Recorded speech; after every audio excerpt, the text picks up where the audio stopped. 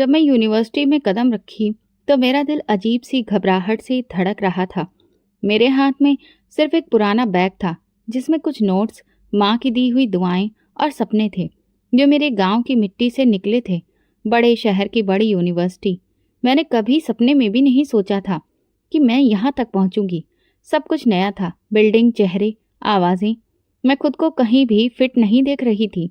University का पहला दिन था और मैं वक्त से पहले आ गई थी। कुछ लड़कियां सीढ़ियों पर खड़ी हंस रही थीं।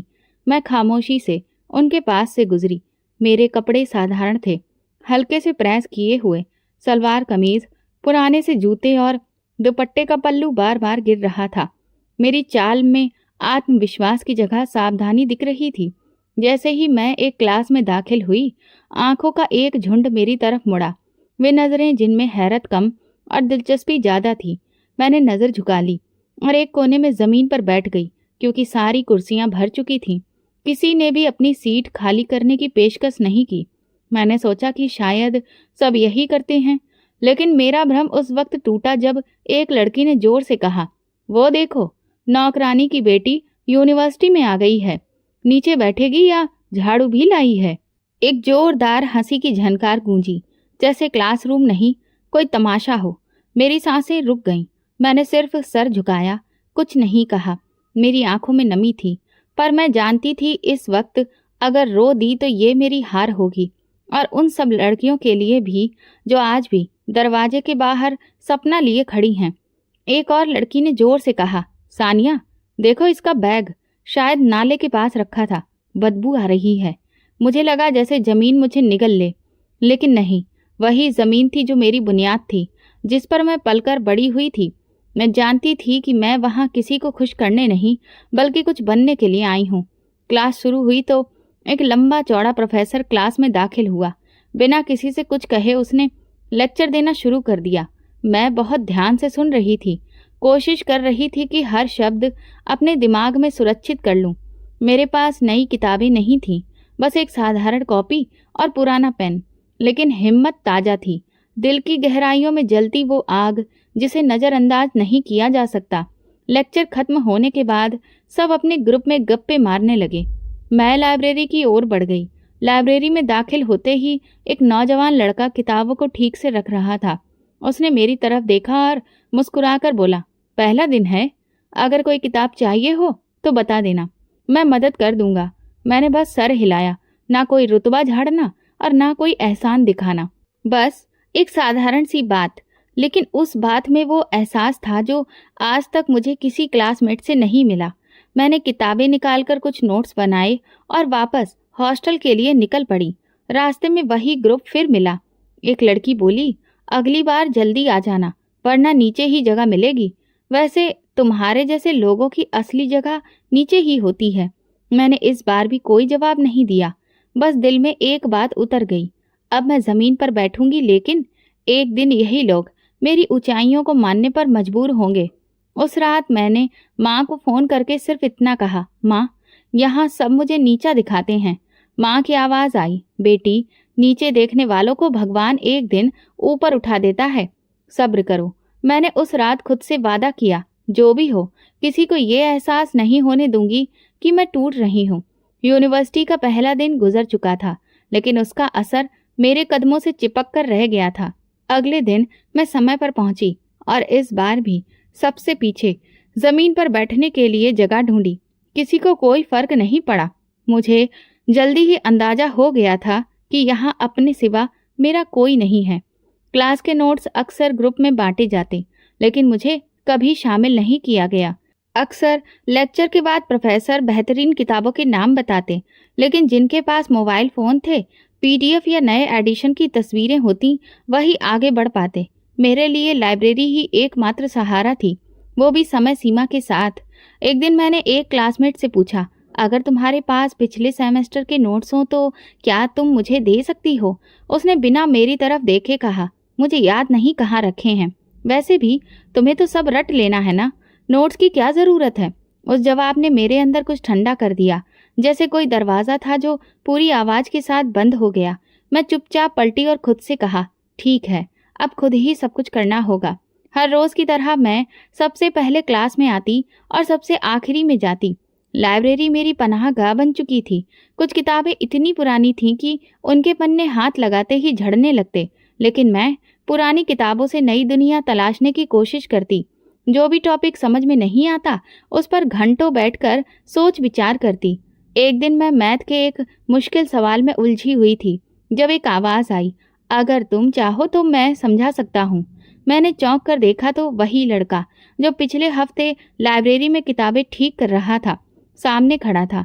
वो मुस्कुरा रहा था, लेकिन उसकी मुस्कान में दिखावा नहीं था। मेरा नाम अमर है। हम एक ही क्लास में हैं। तुम हर वक्त कुछ ना कुछ पढ़ती रहती हो, कभी थकी हुई नहीं लगती। मैंने धीरे से सिर हिलाया। ज़रूरत है, समझना ही पड़ता है, क्योंकि पूछने का अधिकार मुझे मिला नहीं। अमर बैठ गया और मेरे सवाल पर विस्तार से बात करने लगा। उसकी समझदारी हैरान कर देने वाली थी। बातों बातों में उसने बताया कि वो खुद भी स्कॉलरशिप पर आया है, लेकिन क्योंकि उसका लहजा शहरी था और कपड़े महंगे, किसी ने सवाल नहीं किया। उस दिन के बाद जब भी कोई मुश्किल सवाल होता, अमर मेरी मदद करता। वो खुद भी व्यस्त होता, लेकिन मुझे समय देता। एक दिन जब हम क्लास से निकल रहे थे, एक लड़की ने अमर से कहा, तुम्हें वाकई यही साथी मिला है? अमर ने सुकून भरे लहजे में जवाब दिया, हाँ, क्योंकि ये पढ़ने आई है, दिखावा करने नहीं। वो लड़की कुछ बोली नहीं, बस तेवर बदलकर चली गई। मुझे हैरत हुई कि किसी ने मेरे लिए आवाज उठाई, बिना ये सोचे कि लोग क्या कहेंगे। कभी कभार अमर मेरे लिए पुराने सेमेस्टर के नोट्स प्रिंट करवा कर लाता, कभी नई किताबों की फोटो कॉपी कर देता। एक बार उसने मेरे लिए फिजिक्स का एक मॉडल भी बना दिया। जब हमें एक प्रोजेक्ट में हिस्सा लेना था, मुझे किसी ने अपने ग्रुप में नहीं लिया था। तुम अकेले भी कर सकती हो, मैं मदद करूंगा, लेकिन ये ग्रुप असाइनमेंट है, नंबर नहीं मिलेंगे। मैं बात कर लूंगा सर से, तुम बस काम पूरा कर लो, उसने कहा। उसकी दी हुई चीज़ों और सलाह से मैंने मॉडल बनाया। प्रोफेसर ने जब देखा तो हैरान रह गए, पूछने लगे कि किसकी मदद से बनाया। मैंने सच सच कह दिया, अमर ने मदद की है, लेकिन काम मैंने खुद किया है। प्रोफेसर ने सिर हिलाया, कुछ भी नहीं कहा, लेकिन इस बार पहली बार ऐसा लगा जैसे उन्होंने मेरी मौजूदगी को महत्व दिया है। यूनिवर्सिटी में 2 हफ्ते गुजर चुके थे। मैं अभी तक एक भी किताब खरीदने के काबिल नहीं हो पाई थी। लाइब्रेरी में बुकिंग पहले आती थी और फिर इम्पॉर्टेंट किताबें पहले ही दी जाती थी। एक दिन अमर ने कहा, ये मेरे पुराने सेमेस्टर के रेफरेंस नोट्स हैं, इन्हें तुम रख लो, मुझे अब इनकी ज़रूरत नहीं है। मैंने मना किया, नहीं, तुम्हें शायद बाद में ज़रूरत पड़े। नहीं, तुम्हें इस वक्त ज़रूरत है। इस वक्त का देखा, बाकी चीज़ें बाद में देखी जाएंगी। वो किताबें मेरे लिए किसी खजाने के जैसी थी। मैंने इम्पॉर्टेंट जगहों पर निशान लगाए और कॉपी में खाका बनाकर तैयारी की। कुछ इम्पॉर्टेंट टॉपिक पर अमर के साथ डिस्कशन किया। ये जीने का एक नया अंदाज था, जिसे किसी ने सिखाया नहीं, जिसे सिर्फ मौका दिया गया था। कभी मैं उसकी मदद से सवाल हल करती तो वो मुस्कुराकर कहता, देखा, अब तो मुझे पढ़ा सकती हो। हमारी बातचीत हमेशा पढ़ाई के आसपास ही घूमती रहती। हमने कभी भी फिजूल बातें नहीं की। उसने कभी मुझसे कोई पर्सनल सवाल भी नहीं किया। उसका व्यवहार भरोसे से भरा हुआ था। वो मेरी इज्जत करता था, जैसे मैं कोई कमज़ोर लड़की नहीं बल्कि एक काबिल इंसान हूँ। पूरे 4 साल मैंने यूनिवर्सिटी का हर लेक्चर, हर प्रेजेंटेशन ज़मीन पर बैठकर सुना। शुरू में ये मजबूरी थी, फिर आदत बन गई और आखिर में मेरी पहचान। शुरू के महीनों में मुझे ये लगा था कि शायद ये वक्त के साथ है, और जैसे जैसे वक्त आगे बढ़ा, लोग बदल जाएंगे, लोगों का व्यवहार नरम हो जाएगा, लेकिन कुछ भी नहीं बदला। चौथे सेमेस्टर में जब रिसर्च वर्क शुरू हुआ तो ग्रुप बने। सबने अपने दोस्तों के साथ ग्रुप बना लिया। मेरा नाम किसी भी लिस्ट में नहीं था। अमर मेरे पास आया। मैंने सर से बात कर ली है, हम दोनों अलग अलग ग्रुप में होंगे। मैंने पूछा, सर ऐतराज़ नहीं करेंगे? वो कहने लगा, अगर करेंगे भी तो क्या, 2 लोग हैं, काम तो पूरा होगा ना, और हम पूरा करके दिखाएंगे। रिसर्च के लिए हमें कई अलग अलग जगहों की विजिट करनी पड़ी। ऐसी जगहों पर लोग मेरे कपड़ों को देखकर सवालिया नज़रों से देखते। अमर हमेशा बात को संभालता। एक दिन हमें एक ऑफिसर का इंटरव्यू लेना था। मैंने सवाल तैयार किए। जब हम पहुंचे तो उसने अमर से कहा, ये आपकी स्टाफ हैं? अमर ने संजीदगी से जवाब दिया, ये मेरी टीम लीड है और मैं इनका असिस्टेंट हूँ। इस जवाब पर वो शख्स चुप हो गया और पूरे इंटरव्यू में मेरी तरफ देखकर कायदे से वैल्यू देते हुए बात करता रहा। वापसी पर मैंने कहा, तुमने जरूरत से ज्यादा इज्जत दी। तो उसने मुस्कुराते हुए कहा, मैंने सिर्फ वही कहा जो तुम हो, बाकी लोग कम देखते हैं तुम्हें, तो पूरा देखना चाहिए ना। चौथे सेमेस्टर में एक परीक्षा में मेरे नंबर कम आए। मैंने प्रोफेसर से रिक्वेस्ट की कि मेरी कॉपी दोबारा चेक की जाए। उन्होंने कहा, वक्त गुजर गया है, अब कुछ भी नहीं हो सकता। अमर ने मेरी कॉपी देखी और कहा, ये तुम्हारी नहीं लगती, इसमें तो कई सारे जवाब गायब हैं। हम दोबारा प्रोफेसर के पास गए और इस बार अमर ने सबूत दिए, यहाँ तक कि पुराने असाइनमेंट से मेरा काम भी दिखाया गया। काफी देर बाद प्रोफेसर बोले, ठीक है, मैं दोबारा देख लेता हूँ। कुछ दिन बाद मेरे नंबर अपडेट हो चुके थे। किसी ने माफी नहीं मांगी, लेकिन मेरे काम को माना गया। ये अमर की लगातार कोशिश का नतीजा था। इन 4 सालों में यूनिवर्सिटी का माहौल कभी भी मेरे लिए आसान नहीं रहा। मौसम बदले, सब्जेक्ट बदले, लेकिन हालात वही रहे। मेरे लिए जमीन पर बैठना एक आदत बन गया था, और उनके लिए भी, जो समझते थे कि इज्जत सिर्फ कुर्सी पर बैठने से मिलती है। अमर कई बार कहता, तुम सिर्फ क्लास नहीं, पूरे सिस्टम को बदल रही हो। मैं हंस देती, मैं सिर्फ अपना रास्ता बना रही हूँ। अगर किसी को इससे हिम्मत मिलती है तो वो उसका नसीब है। ग्रेजुएशन के आखिरी दिन सब तस्वीरें खिंचवा रहे थे। मैंने अमर से कहा, क्या हमारे पास भी कोई यादगार तस्वीर नहीं होनी चाहिए? उसने कहा, होनी चाहिए, लेकिन जमीन पर। वही तुम्हारी असली पहचान है। हम दोनों ने एक तस्वीर ली। मैं जमीन पर बैठी थी और वो मेरे पास खड़ा था। वो तस्वीर बाद में मेरी जिंदगी की सबसे कीमती तस्वीर बनी। 4 साल बाद जब मैंने यूनिवर्सिटी के गेट से बाहर कदम रखा तो दिल में फक्र था, कोई शिकायत नहीं थी। मुझे पता था कि मैं जमीन की बेटी हूँ और इसी जमीन से मैंने अपनी पहचान बनाई है। यूनिवर्सिटी खत्म हुई तो ऐसा लगा जैसे कोई सफर पूरा हो गया हो, लेकिन जल्दी ही समझ आया, असली कहानी तो अब शुरू होनी है, जब सब अपने अपने करियर के रास्तों पर चल पड़े। कोई नौकरी की तरफ, कोई शादी की सलाह पर। मैंने उसी वक्त एक नई लड़ाई चुन ली, सिविल सर्विसेज की तैयारी। ये फैसला आसान नहीं था, मुकाबला बहुत कठिन था, मेहनत भारी थी और वक्त मेरे साथ नहीं था। लेकिन मेरे पास वो था जो बहुतों के पास नहीं होता, चट्टान जैसी हिम्मत और माँ का आशीर्वाद। अमर अब भी मेरे करीब था, जैसे वो समझ चुका हो कि मेरा अगला कदम क्या होगा। एक दिन मैंने अमर को फोन किया, मैंने सिविल सर्विसेज की तैयारी शुरू कर दी है, लेकिन सिलेबस बहुत विस्तारित है और किताबों के नाम तो मैंने पहली बार सुने हैं। अमर ने कहा, तुम परेशान मत हो, मेरे कुछ जानने वाले भी तैयारी कर रहे हैं। मैं उनसे नोट्स का बंदोबस्त कर दूंगा और जहाँ जहाँ जरूरत हो वहाँ मैं तुम्हें खुद भी पढ़ा दूंगा। हमने एक पास की लाइब्रेरी में मेंबरशिप ली और फिर तैयारी की शुरुआत हो गई। मेरे पास नई किताबें खरीदने की कोई गुंजाइश नहीं थी, इसलिए ज्यादातर पुरानी किताबें या फोटोकॉपी के नोट्स का इस्तेमाल करती रही। कई बार ऐसा भी होता कि किसी किताब का सिर्फ कोई जरूरी हिस्सा ही नोट्स में होता, और वो भी अक्सर ऐसा होता कि वो किसी और ने पहले ही ले लिया होता। हम रोज लाइब्रेरी में एक खास टेबल पर बैठते, वो अपने काम में व्यस्त होता और मैं अपने नोट्स के साथ। कभी कभी वो बीच में अपना सर उठाकर पूछता, कौन सा टॉपिक मुश्किल लग रहा है? मैं कहती, पॉलिटिकल साइंस। पॉलिटिकल साइंस के नाम याद ही नहीं होते। वो मुस्कुराकर कहता, आज रात हम इस पर ही अच्छे से डिस्कशन करेंगे। हमने अपना एक रूटीन बना लिया था, सुबह से शाम तक नोट्स को अच्छे से पढ़ना और फिर शाम को फ्री होने के बाद उन पर डिस्कशन, और रात को एक छोटा सा क्विज टेस्ट। वो इम्पॉर्टेंट टॉपिक्स पर बोलने की प्रैक्टिस करवाता, वो सवाल करता और फिर मेरी उस पर पूरी तैयारी सुनता। हमने फिर एक नेक्स्ट स्ट्रेटजी बनाई, पूरे हफ्ते भर रिवीजन और नोटिस को पढ़ना, और रोजाना एक जनरल नॉलेज का टॉपिक और हफ्ते में एक मॉक टेस्ट। एक दिन जब हम करंट अफेयर्स का एक टॉपिक पढ़ रहे थे तो मैंने कहा, अजीब बात है ना, हम कई सारी तारीखों से सीखते हैं और मैं इन तारीखों से भागती हूँ। अमर ने कहा, लेकिन अब तुम अपनी तारीख लिखने जा रही हो। मेरी माँ भी इस पूरे वक्त में सबसे ज्यादा मेरे लिए प्रार्थना करने वाली थी। वो सुबह सबसे पहले उठकर मेरे लिए प्रार्थना करती। जब वो फोन करती तो कहती, बेटी सोने से पहले कुछ खा लेना, पढ़ाई तभी कामयाब होती है जब शरीर भी हेल्दी हो।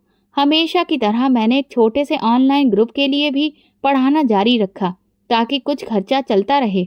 एक दिन एक स्टूडेंट ने पूछा, मैडम आप खुद भी एग्जाम दे रही हैं?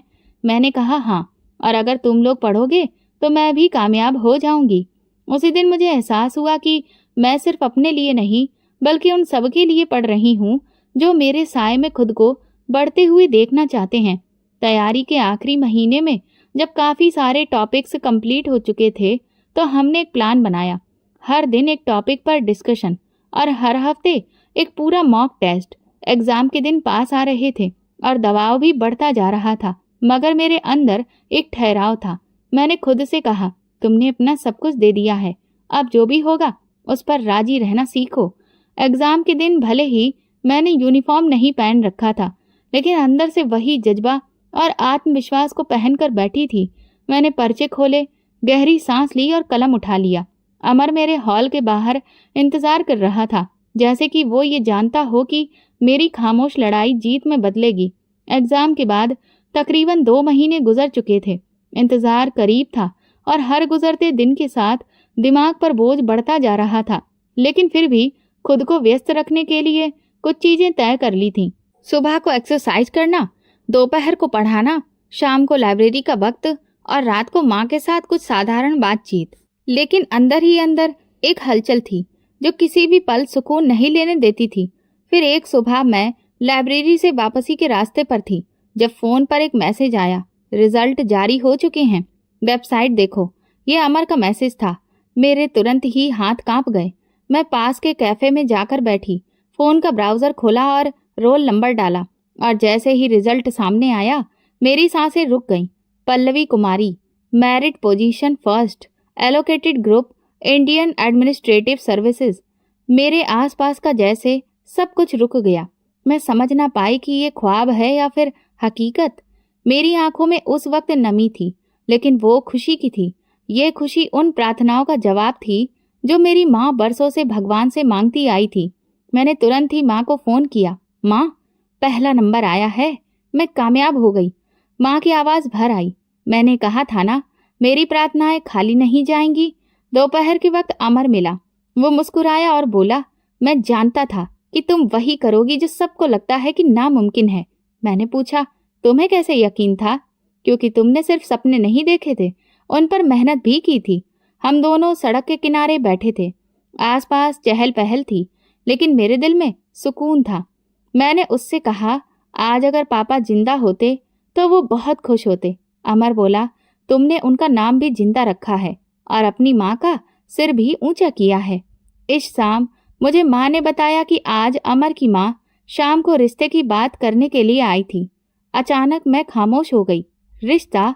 लेकिन अमर ने तो कभी कोई जिक्र भी नहीं किया। माँ कहने लगी, अमर ने हमेशा तुम्हारी इज्जत की है और ये फैसला तुम्हें बताए बिना नहीं किया। मैं हैरान रह गई। अमर, जिसने हर कदम पर मेरी मदद की, जिसने कभी भी अपनी मौजूदगी को बोझ नहीं बनाया, जिसने कभी मेरे रास्ते में कोई रुकावट नहीं बनाई, वो सब कुछ अपने दिल में रख रहा था। उस रात मैंने सोचा, मैंने तो हमेशा अमर को एक दोस्त समझा, एक साथी, एक रोशनी, मगर वो मोहब्बत जिसमें इजहार नहीं सिर्फ भरोसा हो, वो शायद सबसे अलग होती है। अगले दिन जब मैं अमर से बात कर रही थी तो मैंने उससे पूछा, तुमने अपनी माँ को क्यों भेजा? तुमने मुझसे कभी कुछ भी क्यों नहीं कहा? अमर ने नज़रें झुकाते हुए जवाब दिया, क्योंकि मैं तुम्हें मजबूर नहीं करना चाहता था। मैं चाहता था कि तुम अपने मुकाम तक खुद पहुँचो, अपनी पहचान खुद बनाओ। अगर तुम कभी मेरे साथ जिंदगी का सफ़र शुरू करना चाहो तो वो तुम्हारा फैसला हो, किसी दबाव का नहीं। मैं कुछ लम्हों के लिए चुप रही, फिर कहा, मैंने तुम्हें हमेशा अपने करीब पाया है। तुम्हारी बातों और तुम्हारी आंखों में कभी कोई खुदगर्जी नहीं देखी। शायद बस यही काफ़ी है। अमर ने फक्र से कहा, अगर तुम हाँ कह दो तो ये मेरी जिंदगी का सबसे कीमती फैसला साबित होगा। मैंने मुस्कुराकर सिर हिला दिया। वो लम्हा भी खामोश था, लेकिन दिलों में शोर था। इस हफ्ते मुझे सरकारी तौर पर सूचना मिली कि मुझे दिल्ली में असिस्टेंट कमिश्नर के पद पर पोस्टिंग दी जा रही है। जो लड़की हमेशा जमीन पर बैठा करती थी अब सरकारी कुर्सी पर बैठने जा रही थी। जब मैंने पहली बार ऑफिस में दाखिल होकर अपनी सीट देखी तो वो कुर्सी सिर्फ एक फर्नीचर का टुकड़ा नहीं थी, वो मेरी पहचान थी, मेरा रुतबा, उन बरसों की मेहनत का सिला और मेरी माँ की प्रार्थनाओं का नतीजा। पहली मीटिंग के बाद मैंने अपने ऑफिस की खिड़की से बाहर देखते हुए खुद से कहा, ये मुकाम मेरा नहीं होता अगर मैं रास्ते में हार मान लेती। शाम को अमर ने कहा, तुमने ये सफ़र खुद तय किया है और आज तुम्हारा वक्त है चमकने का। मैंने जवाब दिया, और तुम वो इंसान हो जो हमेशा मेरे पीछे रोशनी लेकर खड़ा रहा। शायद अब वक्त है कि हम ये रोशनी साथ लेकर चलें। ये किसी भी रोमांटिक फिल्म की तरह नहीं था, बल्कि सच्चाई थी। वो इंसान जो बरसों से मेरे दर्द, मेरी खामोशी और मेहनत का हमसफर रहा, अब जिंदगी के सफर पर साथ चलने के लिए तैयार था। मेरी माँ ने कहा, बेटी, जो इज्जत तुमने कमाई है वो किस्मत वालों को मिलती है। मैंने माँ का हाथ पकड़कर कहा, ये सब आपकी मेहनत, आशीर्वाद और अमर की खामोशी में छिपी मोहब्बत का इनाम है। बेशक मैं अब वो लड़की नहीं थी जो जमीन पर बैठकर सबकी नजरें सहती थी। अब मैं वो औरत थी जो अपनी हिम्मत, अपनी समझ और अपने सच्चे साथी के साथ जिंदगी को एक नए नजरिए से देख रही थी। और ये एक नई शुरुआत थी। जब माँ ने अमर के साथ मेरे रिश्ते पर खुशी से बात की तो मुझे कोई हैरानी नहीं हुई। उनकी आवाज़ में जो सुकून था वो बरसों की फिक्र और चिंताओं का अंत था। माँ ने कहा, बेटी, वो लड़का सिर्फ तुम्हें पसंद नहीं करता, वो तुम्हारी इज्जत करता है। ये बहुत बड़ी बात है। मैंने भी दिल ही दिल में एक खामोश हाँ कही। हम दोनों ने जिंदगी को नीचे से ऊपर तक पहुंचाने का सफर तय किया था। हमारे दुख, हमारे सपने, हमारी जिंदगी की कमियां सब एक जैसे थे, और अब शायद हमारा रास्ता भी एक था। अगले कुछ दिनों में व्यस्तता कुछ ज़्यादा ही बढ़ गई। मोटिवेशनल सेशंस, ऑफिस के ज़रूरी कामकाज और साथ में शादी की बातचीत। मगर इन सब के बीच एक खास खबर ने मुझे चौंका दिया। मेरी यूनिवर्सिटी में टॉपर स्टूडेंट्स के लिए एक विशेष प्रोग्राम आयोजित किया जा रहा था और मुझे वहां पर चीफ गेस्ट के तौर पर इनवाइट किया गया था। जब इनविटेशन कार्ड मेरे हाथ में आया तो कुछ लम्हों तक मैंने सिर्फ उस कागज को देखा। वही यूनिवर्सिटी, वही बिल्डिंग, वही लोग जिनके सामने मैं अक्सर जमीन पर बैठती थी और जिन्होंने मेरी मौजूदगी को गैर जरूरी समझा था, आज मुझे स्टेज पर बुलाने वाले थे। ये एक साधारण सा संदेश था, लेकिन उसके अंदर एक पूरी तारीख कैद थी। मैंने अमर से इस बारे में जिक्र किया तो उसने कहा, ये सिर्फ एक प्रोग्राम नहीं, तुम्हारे सफर की पहचान है। जाओ, लेकिन वैसे ही जाओ जैसे हमेशा जाती रही हो। तुम्हारी असली ताकत है तुम्हारी सादगी। प्रोग्राम से एक दिन पहले मैंने अपनी एक साधारण सी ड्रेस निकाली, दुपट्टा प्रेस किया और वही पुराने जूते पहने जो यूनिवर्सिटी के टाइम पर खरीदे थे। मुझे वहां पर किसी को भी खुश नहीं करना था, मुझे सिर्फ अपना सच साथ लेकर जाना था। प्रोग्राम के दिन सुबह से ही बहुत सारे पैगाम आ रहे थे। यूनिवर्सिटी के स्टाफ के लोग बार बार टाइम को लेकर और मेहमानों के आने से संबंधित प्रोटोकॉल की जांच पड़ताल कर रहे थे। मैंने हमेशा की तरह सादगी को ही महत्व दिया। अपना वही सफ़ेद दुपट्टा, गोल्डन रंग का सूट और वही जूते पहनकर तैयार हुई। ये कपड़े अब मेरे ही किरदार की पहचान बन चुके थे और मैंने आज तक कभी खुद को किसी और के हिसाब से ढालने की कोशिश नहीं की थी।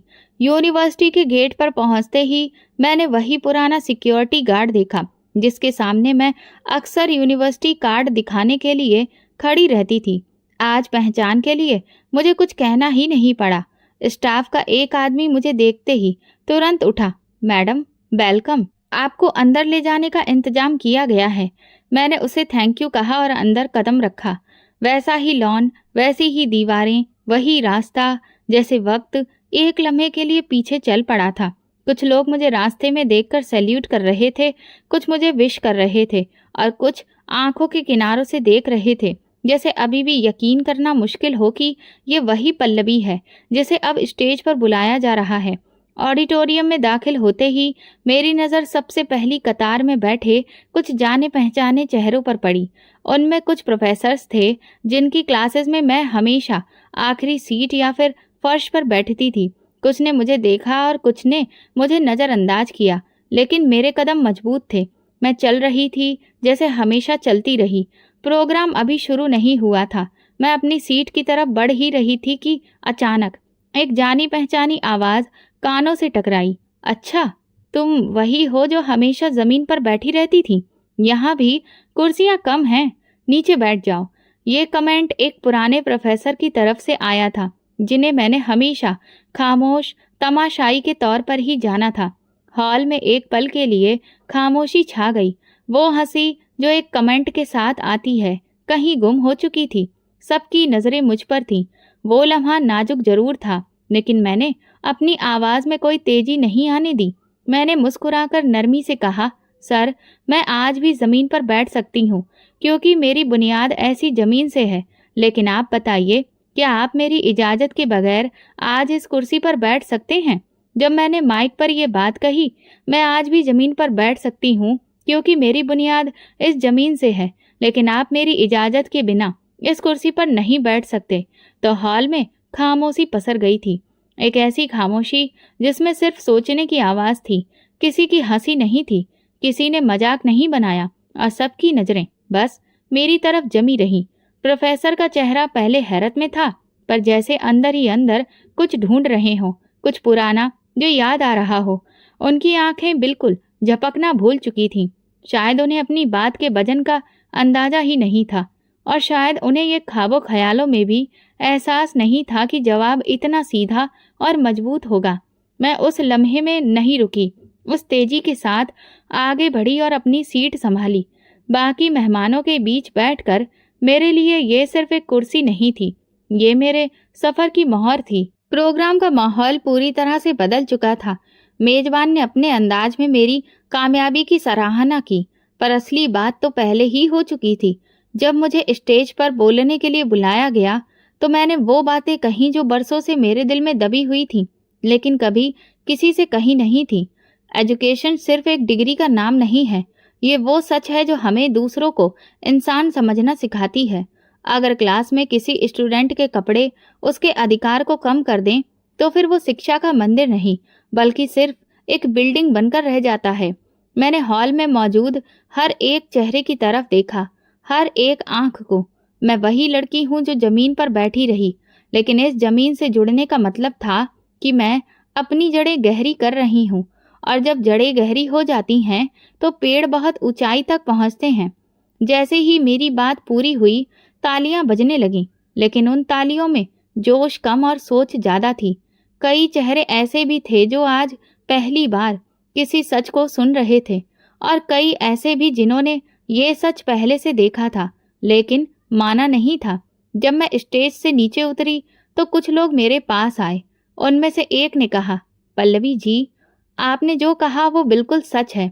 उस वक्त हमने आपको देखा था, लेकिन हमने वो नहीं देखा जो आज नजर आ रहा है।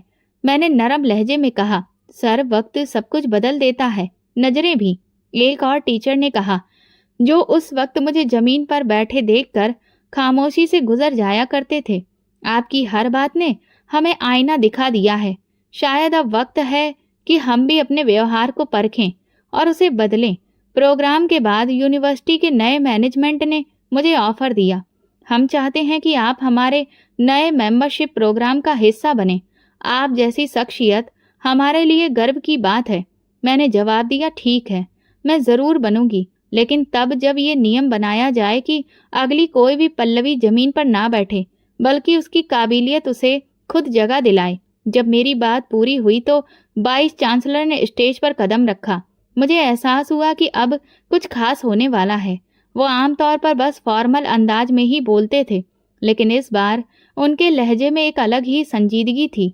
उन्होंने माइक पकड़ा, वहां बैठे लोगों पर एक नज़र डाली और फिर बोले, हमें गर्व है कि आज हमारी यूनिवर्सिटी की चीफ गेस्ट वो शख्सियत हैं जो सिर्फ अपनी काबिलियत, हिम्मत और किरदार से आज इस मुकाम तक पहुंची हैं जहां बहुत कम लोग पहुंच पाते हैं।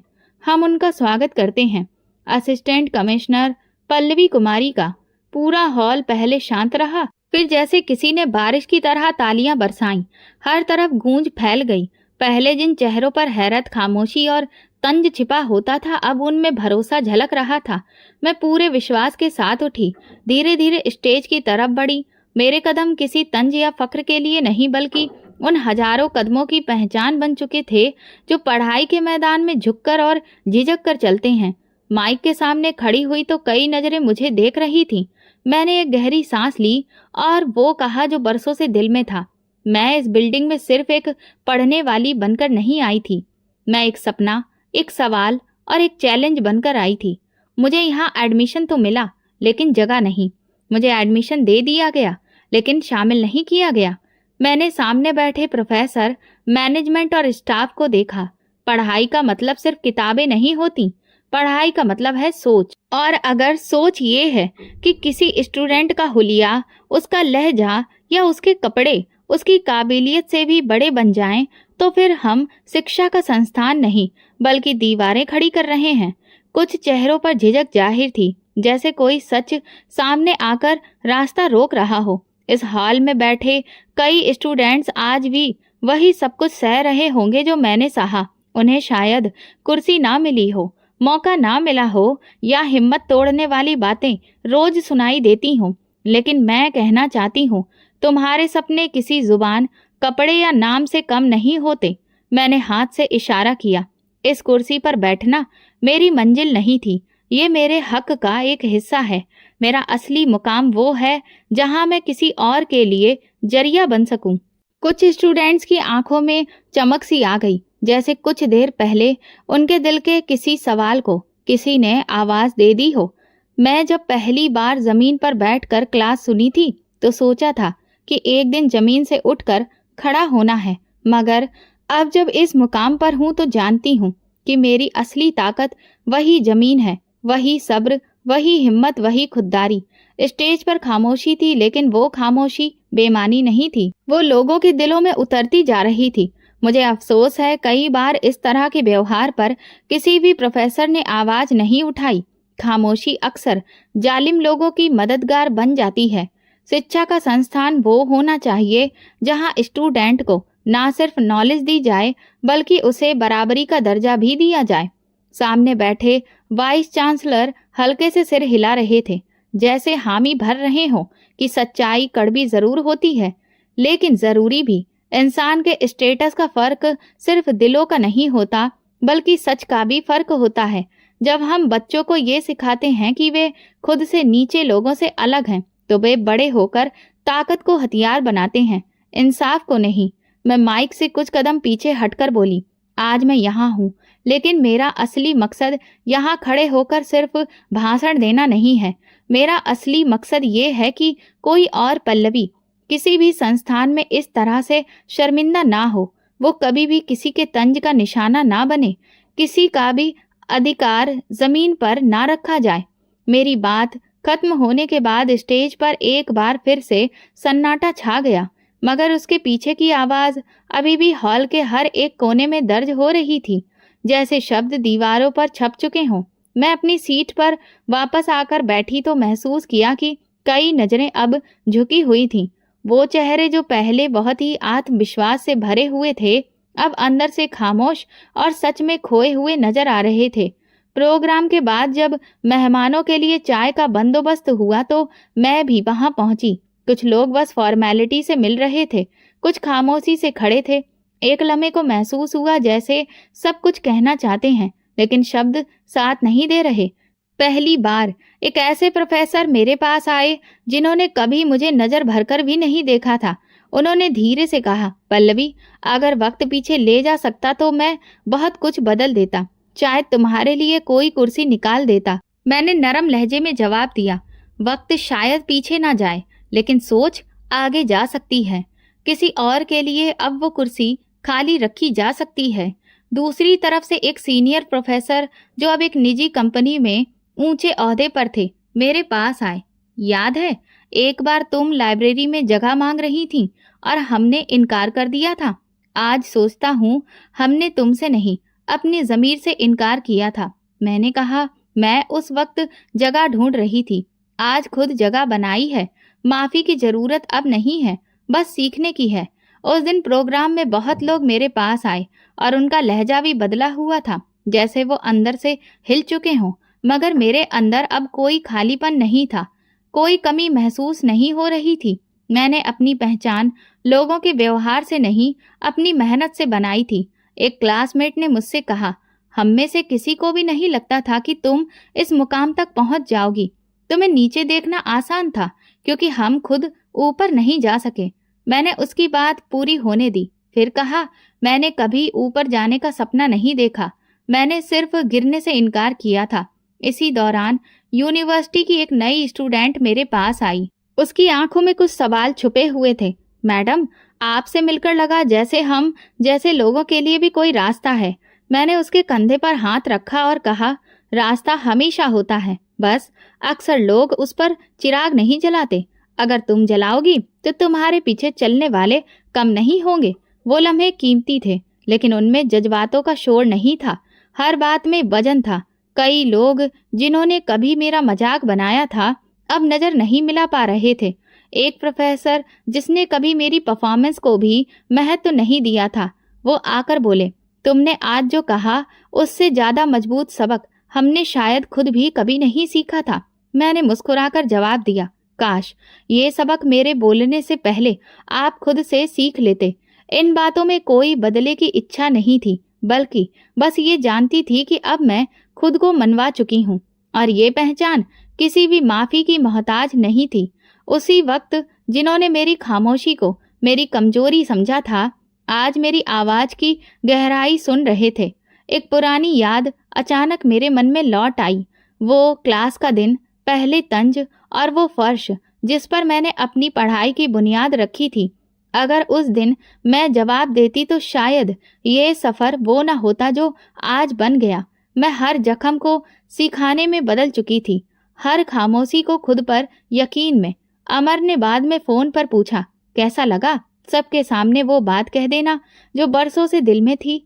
मैंने कहा, ऐसा लगा जैसे अंदर का बोझ किसी को बिना सुनाए हल्का हो गया हो और सबको ये याद दिलाना जरूरी था कि पढ़ाई सिर्फ उनका हक नहीं है जिनके पास सब कुछ है। अमर कहने लगा, और तुमने सिर्फ बात नहीं की, तुमने मिसाल भी दी। प्रोग्राम खत्म होने के बाद मैं यूनिवर्सिटी के लॉन में कुछ देर चहलकदमी कर रही थी। वही एक लड़की बेंच पर बैठी मुझे देख रही थी। मैं उसके पास गई तो उसने कहा, मैडम, मैं एक पिछड़े इलाके से आई हूँ। यहाँ अक्सर लोग मेरे बात करने के तरीके पर हंसते हैं, लेकिन आज आपको सुनकर हिम्मत मिली है। मैंने कहा, अपने लहजे से कभी भी शर्मिंदा मत होना। असली पहचान वो है जो तुम्हारे अंदर है, बाहर के शब्द सिर्फ दिखावे होते हैं। वो धीरे से मुस्कुराई, जैसे कोई जख्म थोड़ा सा भर गया हो। उसी दिन के बाद मुझे कई इवेंट्स के इनविटेशंस और मैसेजेस आए जिनमें तारीफ से ज्यादा माफी मांगी जा रही थी, लेकिन मैं जानती थी मेरी कहानी अब किसी और की हिम्मत बन चुकी थी। मैं वापस जाते हुए गाड़ी में बैठी तो अपना चेहरा खिड़की की तरफ मोड़ लिया। बाहर मौसम बदल रहा था, शायद अंदर भी। मैंने खुद से कहा, अब शर्मिंदगी का वक्त उनके लिए है जिन्होंने आवाज नहीं उठाई, और मेरा वक्त है रोशनी बांटने का। यही मेरा असली मकसद भी था। यूनिवर्सिटी के प्रोग्राम के बाद जब मैंने ऑफिस की दहलीज पार की तो दिल में एक अजीब सा सुकून था। अब लगता था जैसे हर सवाल, हर तंज, हर खामोशी का मैंने जवाब दे दिया है। लेकिन वो जवाब देना आखिरी मकसद नहीं था, वो तो सिर्फ एक मंजिल थी। असली रास्ता तो अब खुलना शुरू हुआ था। मेरे पहले ट्रांसफर के बाद एक छोटे से जिले में बतौर असिस्टेंट कमिश्नर मेरी पोस्टिंग हुई। वहां पहुंचकर मैं ऑफिस के दरवाजे पर रुकी। वही सादा सा नाम पढ़ा, पल्लवी कुमारी, असिस्टेंट कमिश्नर, और फिर दरवाजा खोलकर अंदर दाखिल हुई। कुर्सी पर बैठते ही एक सरकारी फाइल मेरे सामने रखी गई, लेकिन मेरी नजर मेज पर रखे हुए उस पुराने बॉल पॉइंट पेन पर थी जो मैंने यूनिवर्सिटी के आखिरी दिनों में इस्तेमाल किया था। मैंने उसे हमेशा अपने साथ रखा था, इस कहानी के लिए कि मैं कहाँ से आई हूँ। जिले के पहले दिन मैंने सभी सरकारी स्कूलों की लिस्ट मंगवाई, फिर एक एक करके विजिट शुरू किया। जहाँ पर बिल्डिंग खस्ता हाल थी वहाँ दोबारा कंस्ट्रक्शन की बात की, जहाँ सुविधाओं की कमी थी वहाँ सुविधाएं मुहैया करवाने की कोशिश की। लेकिन एक ऐसा स्कूल भी था जो इस इलाके के बिल्कुल किनारे पर था। वहाँ गई तो देखा कुछ बच्चियां मिट्टी पर बैठकर पढ़ रही थीं। मैं क्लासरूम के अंदर दाखिल हुई तो एक छोटी सी बच्ची ने सर उठाकर कहा, आप मैडम हैं? आपके कपड़े तो हमारी टीचर जैसे नहीं हैं। मैं हंसने लगी। मैं वही मैडम हूँ जो कभी तुम्हारी तरह जमीन पर बैठी थी। बच्ची ने हैरत से पूछा, फिर आप अब मैडम कैसे बन गईं? पढ़कर, मेहनत करके और हार ना मानकर। उसके बाद मैंने उस स्कूल के लिए पंखे, दरी और नई कुर्सियों की मंजूरी दी। लेकिन असली बदलाव तो मैंने एक प्रोग्राम से शुरू किया, हम सब बराबर हैं। इसके तहत मैंने जिले के सभी स्कूलों में लेक्चर देने का फैसला किया, ताकि बच्चों को सिखाया जा सके कि सपनों का रिश्ता जमीन से नहीं, हिम्मत से होता है। इसी दौरान मुझे एक यूनिवर्सिटी से इनविटेशन आया, नौजवानों की नई रोल मॉडल के रूप में बातचीत के लिए। मैं वहां पहुंची। फिर एक स्टूडेंट ने सवाल किया, जो लोग आपको नजरअंदाज करते थे तो उस वक्त खुद को कैसे संभाला?